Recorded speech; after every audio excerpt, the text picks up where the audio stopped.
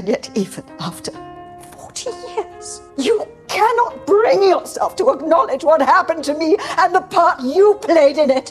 In 1992, a devastating fire broke out at Windsor Castle. Flames raged for 15 long hours, reducing countless royal treasures to ashes. The grandeur of centuries past vanished in smoke and ruin. Amid the charred remains, Queen Elizabeth stood silently. At that moment, Prince Philip quietly approached, wrapped his arms around her, and let her find a fragile moment of comfort amid the wreckage and ruin. Meanwhile, Princess Margaret reunited with her long-lost love, Peter. Speaking of the fire, she sighed with relief that although many priceless artifacts were lost, the most important ones had been saved. A small mercy in a sea of tragedy. Margaret looked at him and asked softly, "Why reach out after all these years?" Peter replied calmly, "Life always comes to an end. The doctors say mine will come soon." His words struck her like lightning. A reunion, only to be a farewell. Heartbroken, Margaret turned to her sister in tears. "Diana, and Andrew, any one of us could have wanted to burn this place to the ground. Even I had reason to hate it." She demanded to know why the royal family had once forbidden her marriage to Peter. Elizabeth lowered her gaze and whispered, "I had no choice. I was bound by duty." Margaret's voice trembled as she retorted, "Anne and I are both without succession rights. Why was she allowed to marry Tim, while I was forced to give up the man I loved?" At last, her voice broke completely. 40 years have passed, and still, you won't admit how deeply that wound cut me?" Elizabeth froze, a shadow passing over her face. For the first time, she began to wonder if she had indeed been wrong. That night, she sat at her desk,